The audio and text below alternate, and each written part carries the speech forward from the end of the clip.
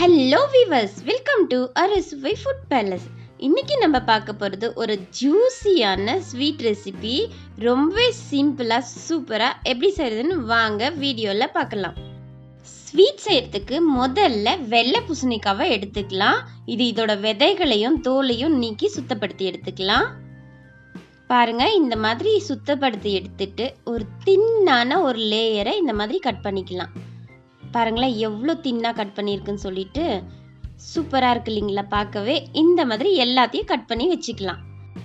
அதுக்கப்புறமா ஒரு அகலமான பாத்திரத்தில் பாதி அளவுக்கு தண்ணியை ஊற்றிக்கலாம். இந்த தண்ணி நல்லா கொதிச்சு வரட்டும். இந்த ஸ்டேஜில் நம்ம கட் பண்ணி வச்சுருக்க பூசணிக்காவை இதில் சேர்த்துடலாம். எல்லா பூசணிக்காவையும் சேர்த்துட்டு எல்லாம் முழுகிற அளவுக்கு அழுத்தி விட்டுட்டு ஒரு 5 நிமிஷத்துக்கு குக் பண்ணி எடுத்துக்கலாம். இது குக் ஆனதுக்கு அப்புறமா அப்படியே ஒரு கண்ணாடி பதத்துக்கு மாறிடும். பாருங்க, இந்த மாதிரி கண்ணாடி பதத்தில் இருக்கும். இந்த ஸ்டேஜில் ஸ்டவ் ஆஃப் பண்ணிட்டு இந்த காயை மட்டும் ஆற விட்டுடலாம். இன்னொரு பாத்திரத்தில் 1 கப் அளவுக்கு சுகர் சேர்த்துக்கலாம்.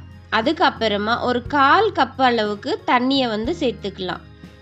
இது நல்லா மெல்ட் ஆகிட்டு வரட்டும். கலருக்கு நான் மஞ்சத்தூளை ஒரு 1/4 பிஞ்ச் அளவுக்கு சேர்த்துருக்கேன். உங்களுக்கு எந்த கலர் வேணுமோ அந்த கலர் ஃபுட் கலர் ஆட் பண்ணிக்கோங்க.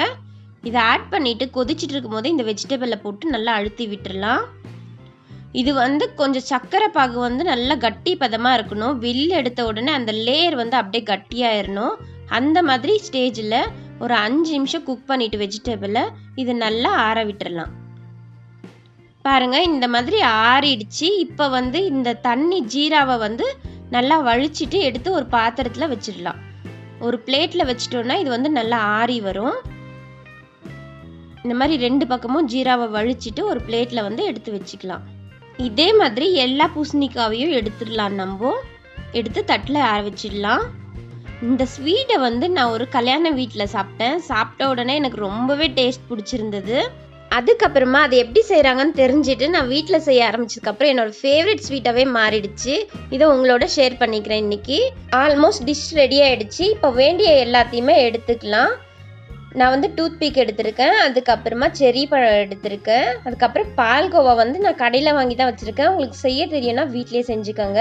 இப்போ எல்லாம் தயாராகிடுச்சு. இப்போ ஒரு சின்ன பீஸ் அளவுக்கு பால்கோவாவை உடைச்சி இந்த மாதிரி பூசணிக்காயில் வச்சிடலாம். வச்சுட்டு அதை அப்படியே நம்ம ரோல் பண்ணிக்கலாம். சாஃப்டாக வெஜிடபிள் ரொம்பவே சாஃப்டாக இருக்குது பாருங்கள். இதை லைட்டாக அப்படியே டர்ன் பண்ணலாம். டர்ன் பண்ணிங்கன்னா பாருங்கள் எவ்வளோ சூப்பராக இருக்குதுன்னு சொல்லிட்டு இந்த மாதிரி டர்ன் பண்ணிவிட்டு அந்த முனை இருக்குது இல்லைங்களா, அந்த முனை மேலே வர மாதிரி வச்சுக்கலாம். அந்த கடைசி பாகத்தை இந்த மாதிரி வச்சுட்டு அதுக்கப்புறமா டூத்பிக்கை பாதியாக உடைச்சிக்கலாம். நம்மளுக்கு அவ்வளோ நீட்டாக வேண்டாம். இதை ஒரு செரி பழத்தில் இந்த மாதிரி குத்தி எடுத்துக்கலாம். கொஞ்சமாக வழுக்கும், பார்த்து குத்துங்க. அது கட் பண்ணியிருப்பாங்க, அந்த இடத்துல வச்சு குத்துனீங்கன்னா இந்த மாதிரி குத்திரும். அதை அப்படியே ஒரு முனைக்க தள்ளிட்டு இதை நம்ம ஸ்வீட் மேலே அப்படியே ஸ்டிக் பண்ணிடலாம். அப்போ அந்த ஸ்வீட் ஓப்பனும் ஆகாது, பார்க்கவுமே ரொம்ப அழகாக ஒரு டெக்கரேஷனாக இருக்கும். பாருங்கள் எவ்வளோ அழகாக இருக்குன்னு சொல்லிட்டு. அந்த எல்லோ அந்த ரெட்டு 2 கலருமே ரொம்ப சூப்பராக இருக்குது.